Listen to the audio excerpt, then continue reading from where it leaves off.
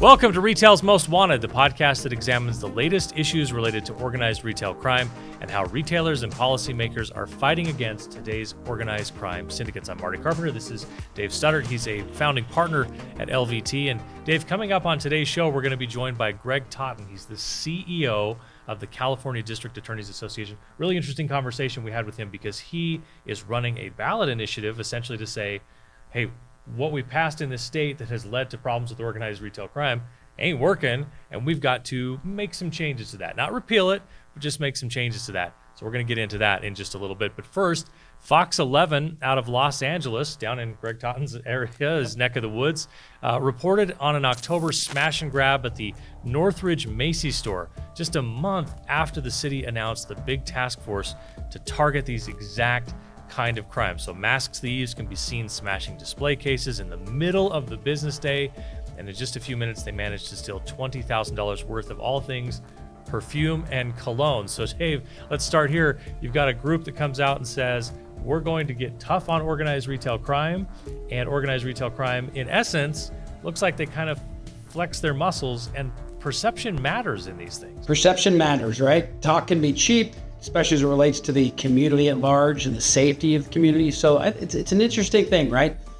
You've seen that organized retail crime has doubled down and doubled down again. It's a problem that's not going to go away fast, but it's things like we're about to talk about today with Greg that are going to make the difference. Yeah, I know you've told the story before, and I think it's worth repeating, of a machete in a store, some type of store, and they called the cops. Walk us through what happened there. There was a retailer that was called. There was someone running around with a knife or a large machete of some type, called local law enforcement. Law enforcement's response was, call us back if he stabs someone. Bit of a challenge.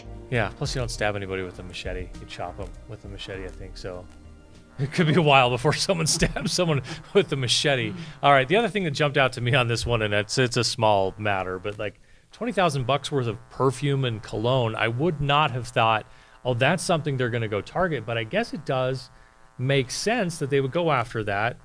Why do they target perfume? Easy target, easy to transport, easy to move, and it's easy to resell. Everything that they do is around resale value, ease of resale. So I think perfume's probably a pretty good candidate for resale. All right. Los Angeles and San Francisco out in California, those are two cities most affected by organized retail crime. We're going to talk about what kinds of reforms California is considering and what would make them more effective in fighting ORC. And again, this ballot initiative that now they're running to say, hey, we maybe had good intentions with what we passed before. Time to make some changes. We're going to find out more about that. Up next, our conversation with Greg Totten. Retail's Most Wanted is brought to you in partnership with the Attorney General Alliance, where U.S. State Attorneys General collaborate on emerging legal issues and the rule of law at home and across borders. Learn more at agalliance.com. Retail's Most Wanted is brought to you in partnership with LVT, securing physical environments through intelligent automation. Learn more at lvt.com. That's lvt.com. Greg Totten has been the CEO of the California District Attorneys Association since 2021 after retiring from 18 years, Dave, as an elected district attorney of Ventura County, California. During his 38 career as a prosecutor, Mr. Totten led several prominent law organizations, as well as lecturing and publishing on a wide array of criminal justice topics. He's our guest today. Greg, thanks so much for taking some time to hang out with us today on Retail's Most Wanted. Thank you. I'm very pleased to be here with you. Well, let's start here. Tell us about the California District Attorneys Association. Who are the members of this association? What are your priorities? What are you working on these days? The California District Attorneys Association has been in existence since the early 1950s, so well over 70 years. And we represent 3,500 prosecutors statewide, including 56 elected district attorneys. We are an organization that is dedicated to professional training of prosecutors and frontline law enforcement and victim advocates. And we also are an advocacy organization that engages regularly in the California legislature on the policy issues that matter to law enforcement, to crime victims, and to prosecutors. Fantastic. Greg, quick question specifically to the aspects of current law and how those current laws have contributed to the challenges faced by so many retailers and specifically the communities in California.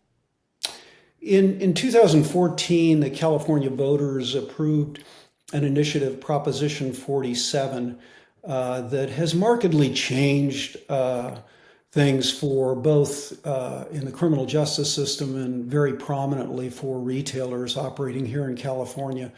That initiative did two principal things. First of all, it took a broad swath of property crimes, such as petty theft, retail theft, and converted all of those offenses, no matter how many times somebody had committed them, to misdemeanors, unless more than $950 was stolen. And the second thing it did, it took a wide array of narcotics possession offenses and similarly converted those to misdemeanors. And as you may know, that's had a profoundly negative impact upon the retail industry here in California. It's also profoundly impacted our issue of homelessness here in California. So you're going to go after a change in that with a proposed ballot measure to address organized retail crime. Tell us a little bit about, I think we get a general understanding of why you're going about it with the problems that you've laid out, but maybe fill us in there why exactly a ballot measure is the best way to go and what you're trying to accomplish there and what it really outlines. Sure. Well, from a problem standpoint, we know that retail theft has exploded here in California. For example, there was a recent report issued on the city of LA that showed an 81% increase in retail theft year over year, just from 22 to 23. Similarly, cargo theft has exploded, petroleum theft has exploded. And at the same time, if you look at California's homelessness issue and compare it to the rest of the nation, our homelessness rate has gone up by 51% since Proposition 47 was approved, whereas the rest of the nation has gone down 11%. And so we have carefully crafted a initiative to go back to the voters in an effort to amend, not repeal, Prop 47. We seek to address the unintended consequences of that initiative. And essentially what this proposal, it's called the Homelessness, Drug Addiction, and Theft Reduction Act. And it has three primary elements. First of all, it has a number of provisions to deal with retail theft. Most prominently, we restore the ability to prosecute people who repeatedly steal for felonies. So a third offense, somebody can be prosecuted as a felon, regardless of whether or not they stole $950. We also have specific provisions that provide for enhanced accountability for those who engage in acts of smash and grabs, where they literally take over a store and steal large amounts of money in a short period of time. We have enhanced provisions for that, as well as those who act in concert, some of these flash mobs that have come into retail establishments. The second component of the initiative seeks to deal with the issue of open-air drug use and people who possess 5 major drugs, hard drugs as we define them, includes cocaine, methamphetamine, fentanyl, heroin, and PCP. So what we know now is those drugs literally are the law that was changed in Proposition 47 reduced any incentive for people who are found in possession of those drugs to go into treatment. They literally cycle in and out of the system if they ever go to court, and it's a citation. And so many of those individuals don't even show up in court. We know, sadly, many people who are homeless steal to support their lifestyle and their drug habit. And so we address that issue. And then finally, the third component seeks to deal with this burgeoning problem of fentanyl and traffickers who traffic in large quantities of fentanyl or traffic with firearms. A kilo of fentanyl, mind you, can kill 500,000 people. That's 2.2 pounds. It is the most lethal drug I've seen in my entire 4 decades as a prosecutor. And we seek to deal with that by providing enhanced consequences, also providing notice to people who ply their trade in fentanyl, that if they sell again and someone dies as a result, they can be prosecuted for homicide, up to including murder. Greg, so often we hear organized retail crime can be a victimless crime, and I love your focus on how many people it actually impacts, because it impacts the broader community. You've mentioned several times the homeless issue. It does. Here in California, we are very clearly at a tipping point. Consumers, for example, regularly see thefts occur when they enter some of these retail establishments. It's not uncommon. I know personally I've witnessed more than 4 thefts while I was present buying products. They also see products locked up. Inventories have been reduced. Numerous stores have closed and reduced operations. We've had entire malls that were high-end malls, for example, in San Francisco, shut their doors. And the public, as revealed by a recent poll that we conducted, is fed up. They've had enough of this and they want change. By a margin of in excess of 80%, the California public supports amending Proposition 47 to deal with both repeated retail theft and the issue of narcotics trafficking. We've seen a divide among Democratic leaders regarding Proposition 47. You've got some mayors like London Breed in San Francisco and Matt Mahan in San Jose expressing support for the ballot measure to amend the law. How do you navigate the political landscape, and what challenges do you foresee in garnering broader support, and I guess to a certain extent avoiding this becoming a partisan Republican versus Democrat, this is a problem that needs to be solved kind of issue? Yeah, this is not a red or blue issue. It's not a Democrat or Republican issue. It's a Californian issue. And we are finding, as we're in the field now collecting signatures to qualify this measure for the ballot, we're finding people standing in long lines. We're collecting signatures at an accelerated pace because it is so wildly popular. And the coalition that is behind this is a very bipartisan group of both law enforcement officials, elected officials. We have many, many businesses, from mom and pop operations to large Fortune 500 companies that are involved in this effort because they recognize California needs to change its policy. Part of the way we navigate it is by emphasizing that we're focused on amending Proposition 47. We're not repealing it. There are some aspects of Proposition 47 that were very well intentioned and have value.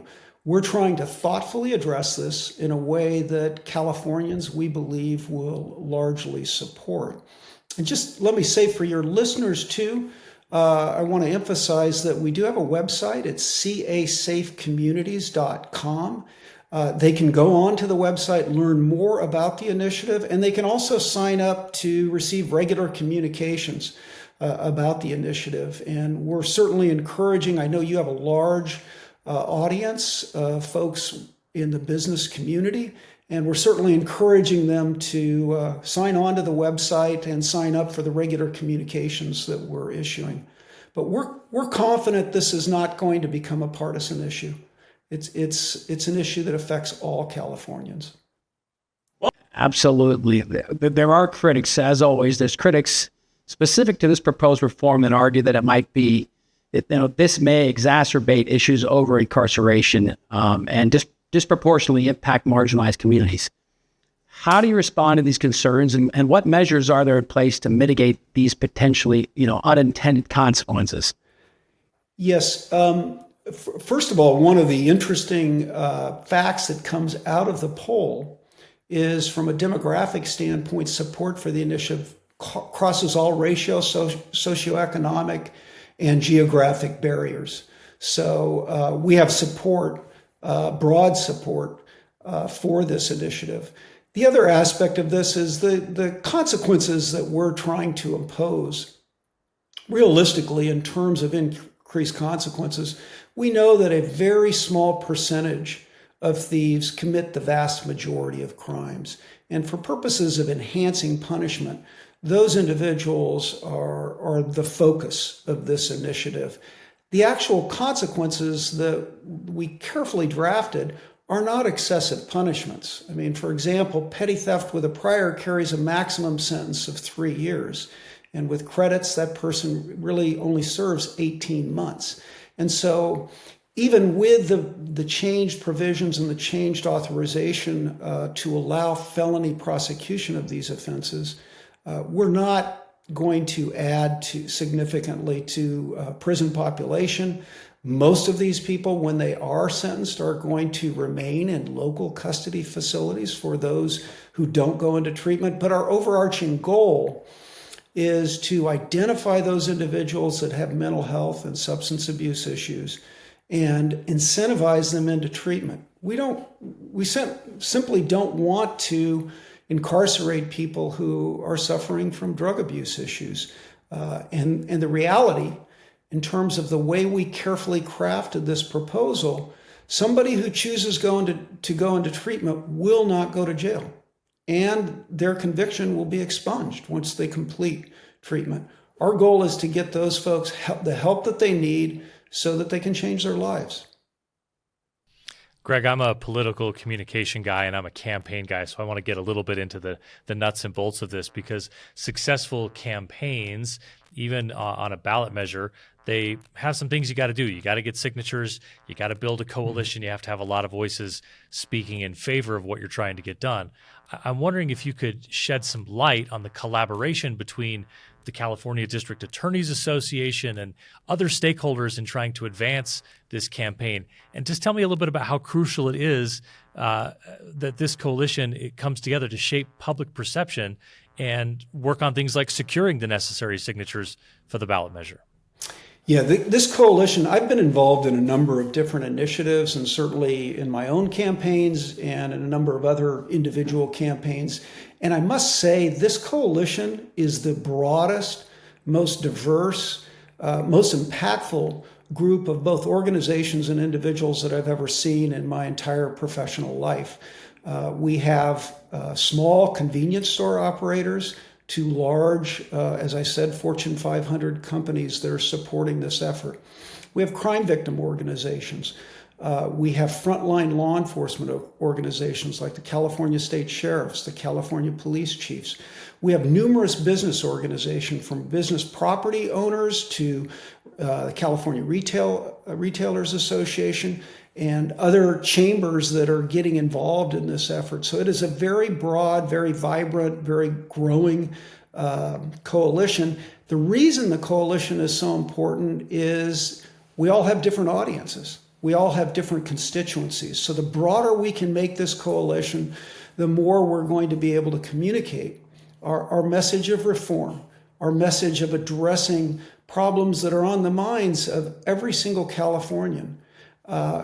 The more effective we're going to be at combating those kinds of issues with this very broad coalition. We drafted this measure with a recognition that California is a very blue state. It's a very progressive state. And if you look at our coalition, when you include the San Francisco mayor, the mayor of possibly the most progressive city in the nation, and the mayor of San Jose, one of the largest cities in California, when you include those two individuals, along with the mayor of Santa Monica, another exceedingly progressive city, I think it points up the breadth of this coalition. The fact that law enforcement has joined with individuals such as this and other business organizations to advance something that is thoughtful, that it will make a huge difference, not only in the retail theft space, but also it will affect the homeless issue here in California. I'm very confident of that. Sounds to me, Dave, like everybody's fed up enough that they're saying it's not a partisan issue. It's just a problem we've got to go get solved. It's a problem that needs to be fixed. Greg, I'm curious, given the current landscape of the crime trains and public safety concerns specific to California, something that we read about and watch even in the national press, what role do you see this ballot measure playing in addressing broader challenges beyond the retail theft? You've mentioned a few like homelessness and some of those things. Curious, what are your thoughts about how this might affect then broader issues that you face in California? Well, I think we are focused on this initiative. We're not focused necessarily on other changes that may be necessary. And I should emphasize, this initiative has to go to the voters. It's not something that can be done by the legislature. So the drafters of Proposition 47 were very careful to include language that prohibited any kind of reform of the initiative without going back to the voters. And so we have to do that. And I think the message that this initiative sends is that rather than these broad, huge, wide swings in public safety policy, we've seen the whole criminal justice reform movement, and of course before that we saw a very get tough, lock 'em up movement.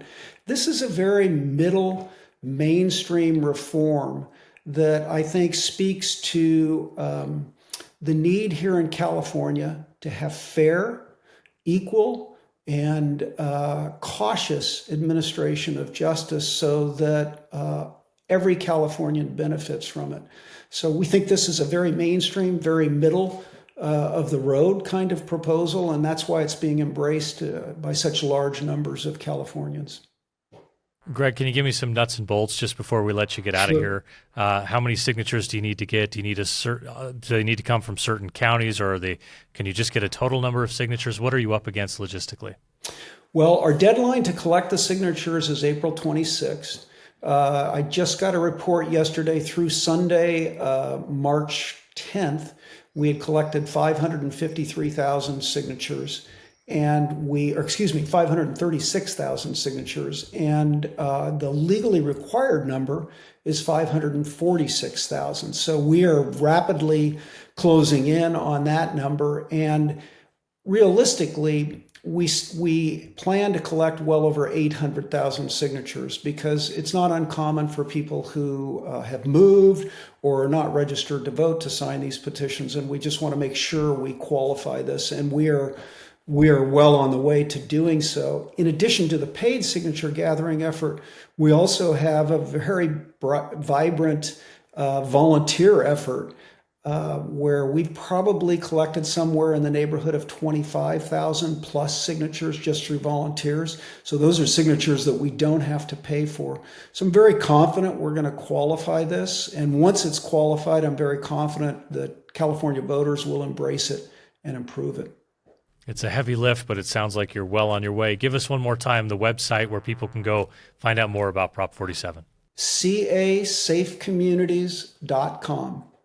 All right, Greg, thank you both for your work fighting back against organized retail crime and for joining us today, and best of luck in your efforts out there in California. We really appreciate it. Pleasure to be with you. Thank you so much. That's it for this episode of Retail's Most Wanted. Thanks as always to our presenting sponsors, LPT and the Attorney General Alliance. Don't forget to hit that subscribe or follow button so you can catch each new episode. We drop a new one every 2 weeks. You can also find us on Twitter, LinkedIn, YouTube. Links for all of that are in the show notes below. Thanks so much for being with us, everyone, and keep up the good fight.